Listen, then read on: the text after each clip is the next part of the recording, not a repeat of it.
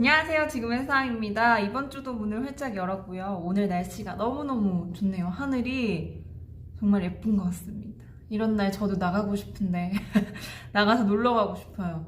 여러분들도 출근을 잘 하셨는지 궁금하네요.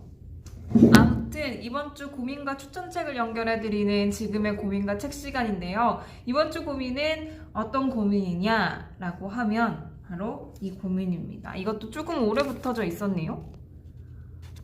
책을 읽고 싶은데 방법을 알고 싶어요. 동기부여로 책을 읽는 사람이라 말이죠. 저만 너무 행복한 고민일까요? 적어도 사당 일동 주민분들은 행복하시길. 여기가 사당동이잖아요. 사당동 주민의 행복까지 빌어주시면서 책을 많이 읽고 싶은데 방법을 알고 싶다. 동기부여로 책을 읽는 사람인데 어떻게 책을 많이 읽을 수 있는지 방법을 알려달라라는 이야기인 것 같아요. 행복한 고민일 수도 있고 아닐 수도 있죠. 자기만의 고민일 수도 있으니까. 책을 많이 읽는 방법 어떤 게 있을까요? 서점을 하시면 책을 많이 읽지 않을까요? 근데 생각하시는 것보다 서점하면 책을 많이 못 읽어요. 다른 업무들을 하다 보면 책을 읽을 시간이 되게 부족하다라는 걸 너무너무 많이 느끼고 있거든요. 제가 서점 하기 전보다는 훨씬 많이 읽는 건 사실이지만 조금 집중해서 푹 빠져가지고 읽는 건 사실 더 적어지지 않았나라는 생각이 가끔 들긴 해요. 그래서 좀 씁쓸하기도 한데 아무튼 이분에게 어떤 책을 추천을 해드릴 수 있을까 고민을 하다가 동기부여로 책을 읽었다고 하니까 그럼 동기부여 말고 다른 종류의 책을 좀 읽어보면 어떨까라는 생각이 듭니다. 사실 자기가 읽는 스타일의 책들이 있잖아요. 저도 똑같이 제가 좋아하는 스타일의 책이 있거든요. 근데 여기 오시는 세상님들이 이 책도 좋아요라고 추천을 해주시면 제가 한번 그걸 읽어보고 제가 좋아하지 않았던 아니면 잘 읽지 않았던 분야들에 대해서 관심을 가지게 된 경우도 있거든요. 그래서 사실 동기부여 책들은 자기가 전달하고 싶은 메시지들을 직설적으로 딱 전달해주는 책들이잖아요. 그런데 그게 아니라 조금 방법이 다르게 직설적으로 말하는 것 말고 방법을 다르게 해서 전달하고 싶은 메시지들을 전달하는 그런 책들을 읽어보시면 어떨까라는 생각이 듭니다. 그러니까 동기부여는 제 생각에는 지식을 조금 전달을 해준다라는 생각이 들거든요. 근데 지식보다는 지혜를 또 주는 책들을 읽어보시면 또 다른 면들을 발견할 수 있지 않을까, 또 다른 새로운 것들을 얻을 수 있지 않을까라는 생각이 들어서 이 책을 한번 준비를 해봤습니다. 어떤 책이냐면요. 이 책이에요. 우리 마음속에는 저마다 숲이 있다라는 책이고요. 황경택이라는 작가님이 지으신 겁니다. 되게 책이 딱히 숲이죠. 우리 마음속에는 저마다 숲이 있다. 왜 리틀 포레스트라는 영화가 한참 우리 한국에서도 굉장히 이슈를 일으켰잖아요. 리틀 포레스트의 마지막 대사가 자기만의 숲을 가꾸고 살면 어떨까라는 이런 이야기가 나오기도 하거든요. 자기만의 숲을 만들면서 살아가라라는 이야기는 다양한 책들에서도 많이 이야기를 하고 있어요. 근데 이 책은 우리 마음속에는 각자 저마다의 숲이 있다라고 해서 자연에서 배우는 삶의 지혜라는 부제를 가지고 있습니다. 동기부여라는 책과 굉장히 반대되는 책이기도 하죠. 되게 얇고 그리고 가볍게 읽을 수 있어요. 가볍게 읽을 수 있는데 사물을 통해서 내가 그냥 그걸 바라보고 끝나는 게 아니라 그 사물을 통해서 내가 생각을 정리할 수 있다라면 사실 그게 지혜라고 생각을 하거든요, 저는. 그래서 동기부여, 직설적인 이야기를 전달해주는 책을 넘어서 이제는 내가 어떤 사물을 봤을 때, 이런 식물들을 봤을 때, 아니면 자연들을 봤을 때, 무언가를 바라보았을 때 내가 거기에서 그치는 것이 아니라 한 번 더 깊게 들어가서 생각할 수 있는 그런 습관을 기를 수 있는 책들이 바로 이런 책이라고 생각을 해요. 그래서 지식을 넣는 용도로 책을 읽었다면 이제는 지혜를 만들어낼 수 있는 책을 읽어보시면 어떨까라는 생각이 듭니다. 여기 지금의 이렇게 식물들이 보이잖아요. 아직 오픈 전이라서 제가 안에다 이렇게 놔둬놨는데 지금의 세상에도 식물들이 굉장히 많아요. 근데 그 식물을 키우면서 정말 많은 깨달음을 얻기도 하고 그리고 생각지도 못한 발견들을 하기도 하거든요. 저는 식물을 원래 좋아하긴 했지만 지금의 세상에서 이렇게 많은 식물들을 키우면서 본격적으로 식물을 키우고 누군가를 책임지는 행위들을 하는 거잖아요. 그러다 보니까 굉장히 작은 즐거움도 있고 죽으면 되게 마음이 아프기도 하고 그런 오만 가지의 감정이 들긴 하더라고요. 근데 저희 지금의 세상 식물들도 겨울이 시작될 때 좀 죽은 아이들이 있고 이제 또 봄이 시작되니까 죽은 아이들이 있어요. 지금 남아있는 친구들은 그 매서운 겨울과 그리고 따뜻해진 봄을 묻더니 무사히 견디고 살아남은 친구들입니다. 아무튼 이렇게 반려식물들, 식물에 관심을 가지게 되면 사실은 거리에 있는 식물들도 관심을 가지게 돼요. 더 나아가서 숲이나 산에 대한 관심도 가지게 되고, 제가 서점을 하기 전에도 집에서 식물을 많이 키웠었는데 여행을 가잖아요. 그러면 여행에서 정말 예쁜 식물들이 있잖아요. 길거리에. 그런 애들 보다가 진짜 예쁘다 이러다가 갑자기 집에 있는 식물들이 생각이 나요. 걔네들은 지금 물도 못 주고 있는데 어떡하지 이런 생각이 들기도 하거든요. 아무튼 이 고민을 하시는 분이 조금 더 길을 걸어 다니면서 더 새로운 생각들을 할 수 있게 이 책을 좀 소개를 해드리려고 합니다. 한 구절 한 구절 좀 소개를 시켜드리도록 할게요. 황경택이라는 작가님이 쓰셨고요. 대학에서 일본어를 전공했지만 그림 그리는 것을 좋아해서 만화가가 되었다. 만화가예요, 황경택 분은. 데뷔 후 숲 공부에 빠져 생태 만화만 그려왔다. 15년째 어린이를 위한 생태 놀이 프로그램을 개발하고 숲에 나가 그것을 가르치고 자연의 변화를 꾸준히 그림으로 기록하는 일을 하고 있다. 자연을 잘 관찰하는 사람만이 자연의 소리를 들을 수 있다고 믿으며 지금도 시간이 날 때면 숲을 산책하는 것을 즐긴다. 저도 산책하는 건 좋아요. 등산을 별로 안 좋아하는데 산책하는 걸 좋아하고 산책하면서 나는 그 나무 냄새들이나 흙 냄새를 맡는 걸 좋아하는 사람입니다. 어떻게 시작을 하냐면요. 여는 글 프롤로그에 이렇게 적혀져 있어요. 숲을 읽어드립니다. 저는 만화가이자 숲 해설가입니다. 숲 해설가 요즘 좀 각광받고 있는 새로운 직업인 것 같아요. 제가 아는 분들도 숲 해설가로 활동을 하고 계신 분들이 좀 계시거든요. 근데 다 저보고 나중에 서점 만약에 접고 나이가 많이 들었을 때 숲 해설가 할 것 같다고 친구들이 많이 그러기도 해요. 좋은 직업인 것 같습니다. 숲 해설가. 만화가는 따로 설명하지 않아도 잘 알 테고 숲 해설가는 조금 낯선 직업이죠. 말 그대로 숲을 해설해주는 사람입니다. 야구를 보는 사람들이 경기 흐름을 쉽게 이해할 수 있도록 설명해주는 야구 해설가처럼 숲 해설가도 우리가 자연을 산책할 때 도와주는 사람이에요. 혼자 자연을 거니는 것도 좋지만 자연의 구석구석을 잘 아는 사람과 함께라면 좀 더 편안하고 깊이 있게 산책을 즐길 수 있겠죠. 숲을 읽어준다라고도 해서 저를 소개할 때 이렇게 말하기도 합니다. 안녕하세요. 저는 숲 읽어주는 사람입니다. 숲 읽어주는 사람 되게 낭만적인 것 같아요, 단어가. 제가 느끼는 것도 그냥 산에 가면 예쁘다 좋다라고 하지만 옆에서 저 나무의 이름을 알거나 꽃의 이름을 알거나 하는 친구들이 있으면 아 진짜 그게 이거야? 라는 생각이 들잖아요. 그래서 숲을 읽어주는 사람과 함께 산책을 한다면 또 굉장히 새로운 것들을 발견할 수 있게 되는 것 같아요. 말 그대로 아는 만큼 보인다라는 게 거기에 해당되는 거 아닌가라는 생각이 듭니다. 그렇게 되면 조금 더 애정이 가요. 저도 이렇게 지나가다가 얘는 벚꽃이네, 목련이네, 쟤는 매화네 막 이런 걸 계속 생각을 하거든요. 근데 이번에 막 이렇게 새롭게 뭐가 난 게 있어서 얘는 뭐지? 라고 궁금해하고만 있었어요. 뭔지를 모르니까. 이 책을 찾아보니까 그게 오디라고 하더라고요. 그러면서 오늘 또 출근하면서 얘가 오디구나 이런 생각도 하고 그런 관찰이 너무 새롭고 즐거운 것 같아요. 길을 걸어가면 막 제가 아는 것들이 생기니까. 저는 그림 그리기도 좋아합니다. 만화가니까요. 평소 숲에 나갈 때면 스케치북을 들고 가서 주변에서 관찰할 수 있는 신기하거나 멋진 것을 그리기도 합니다. 그렇게 해서 알게 된 사실을 만화로 그리거나 숲을 해설할 때 이야기하죠. 글로 써서 책을 내기도 하고요.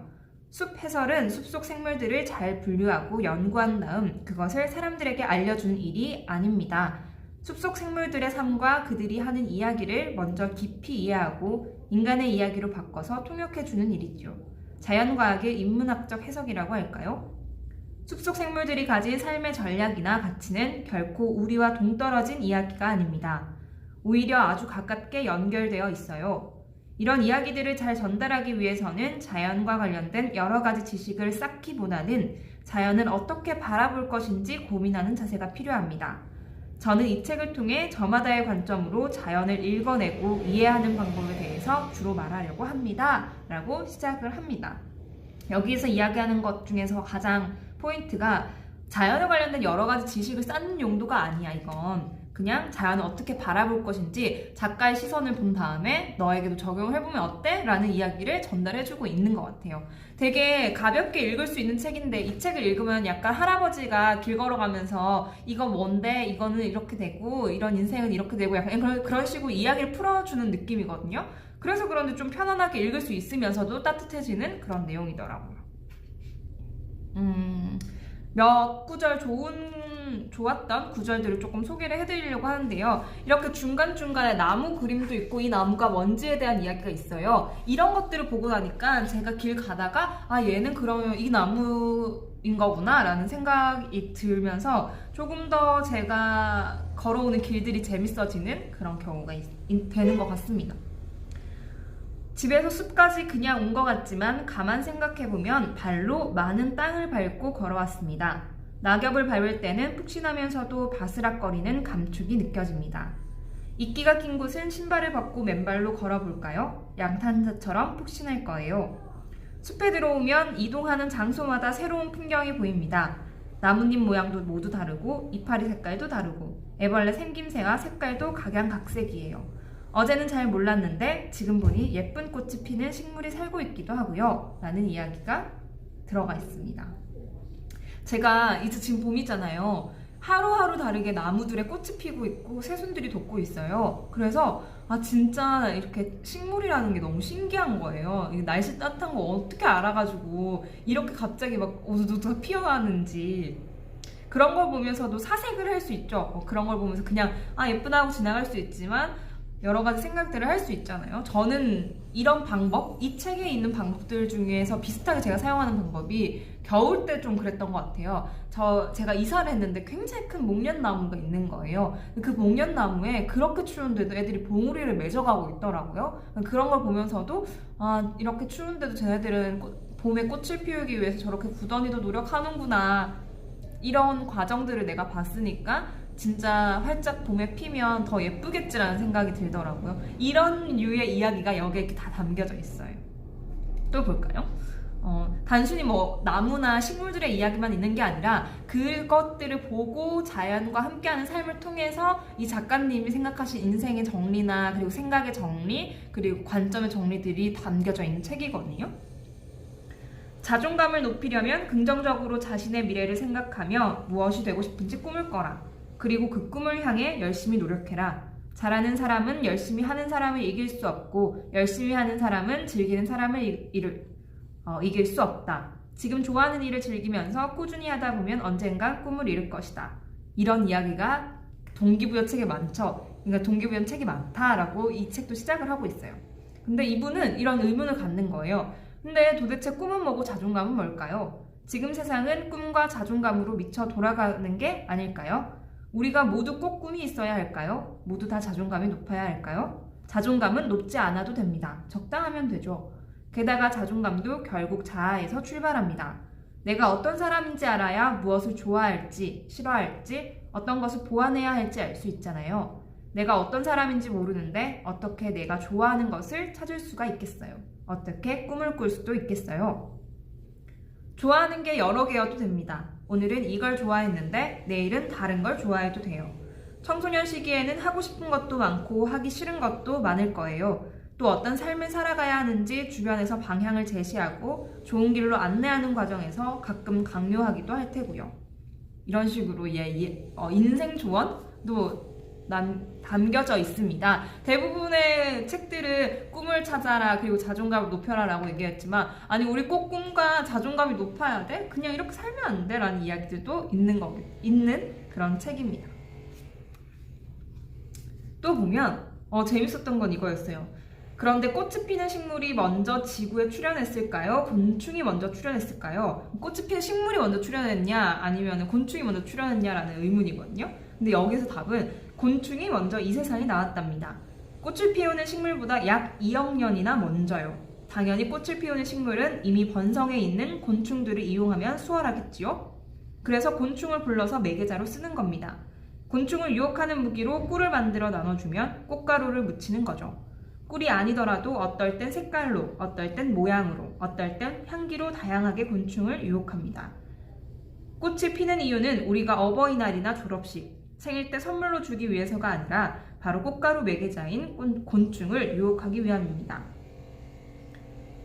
사실 이 얘기 되게 좀 재밌었어요. 그런데 꽃이 먼저일까 곤충이 먼저일까? 라고 생각했는데 곤충이 먼저 태어났고 꽃보다 그 다음에 꽃이 태어났는데 꽃이 태어나고 보니까 곤충이라는 애들이 있는 거예요. 곤충을 매개자로 사용할 만큼 이제 발전해서 또 나오는 거죠. 곤충을 이용해서 우리의 꽃가루를 이렇게 날리면 자기들의 식물을 번식할 수 있으니까 이런 썰도 되게 재미있는 이야기들이 많이 있었던 것 같아요. 또 보면 1971년 사이언스지에는 매미가 자신을 먹이로 삼는 새들에게 큰 소리로 울어서 고통을 안겨준다는 연구 결과가 실리기도 했습니다. 매미가 시끄럽게 울잖아요.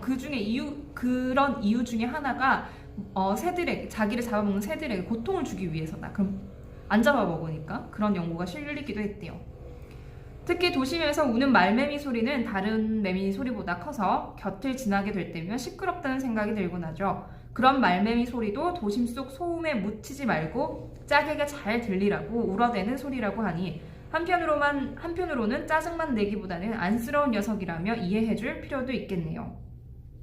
이런 이야기가 나오면서 매미가 왜 땅에서 굉장히 오래 살고 그 세상에 나와가지고 별로 못 살고 죽잖아요. 그런 걸 보면서 우리 인간들은 기구한 운명이다, 불쌍하다라고 하는데 이렇게 곤충학적으로 보면은 오래 살 필요가 없으니까 죽는 거다. 그러니까 그게 굳이 불쌍하다라고 인간의 시선으로 볼 필요는 없다. 힘든데 오래 머물 일은 없다. 그러니까 그 밖에 나와 있는 생활이 더 힘들기 때문에 빨리 번식을 하고 갈 거다라는 이야기가 나오더라고요.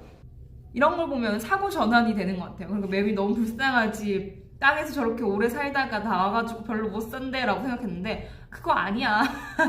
밖에서가 더 힘드니까 빨리 죽는 거야. 그게 안에서도 행복할 거야 라는 이야기는 좀 사고의 전환을 줄 수 있는 그런 계기가 되기도 하죠. 마지막으로 소개시켜드리고 싶은 글은요, 자연은 안정적이지 않습니다. 우리도 안정적이지 않아도 됩니다. 안정적이라는 것은 안전하고 편안하고 내 생각의 틀 안에서 짐작할 수 있다는 뜻이기도 하지만 멈추었다는 것이고 고정적이라는 것이고 변하지 않는다는 말이고 발전하지 않는다는 말이기도 합니다. 인류가 매일매일 새로운 세상을 만들고 변화하고 발전하는 것은 안정적이지 않기 때문입니다. 그렇기에 어디엔가 머무르지 않고 다른 것을 생각해내고 움직이는 것이지요. 자연의 변화와 적응이라는 속성을 닮은 것 같아요. 그러게요. 많은 분들이 안정되고 싶다, 그리고 저도 안정되고 싶다라는 이야기를 하지만 굳이 안정되려고 하지 않아도 돼. 그리고 안정이라는 게 고요한 상태일 수도 있지만 그건 변하지 않는 것, 그대로인 것, 고정적인 걸 수도 있어 라는 이야기로 마무리를 합니다. 그래서 동기부여로 책을 읽고 싶은데 책을 더 많이 읽고 싶다는 분에게 조금 더 동기부여 책과 다른 방식의, 그리고 다른 메시지를 전달해드리는, 아니면 다른 방법으로 메시지를 전달해드리는 책들을 좀 소개를 시켜드리고 싶었는데요. 지식도 좋지만 조금 더 지혜를 쌓을 수 있고 내가 책이 아니더라도 어떠한 사물을 보면서 내 지혜를 쌓을 수 있도록 도와주는 그런 책들을 읽어보시면 좋을 것 같다는 생각이 들어서 이 책, 우리 마음속에는 저마다 숲이 있다, 이 책을 추천을 해드리고 싶습니다. 오늘도 날씨가 너무 좋은데요. 이 날씨 좋은 날 그냥 지나치지 마시고 하늘도 보고 그리고 이 식물들도 보고 진짜 날씨 좋다 라는 이 짧은 봄을 또 만끽하시길 바랍니다. 저는 그러면 지금의 세상에서 기다리고 있겠습니다. 안녕.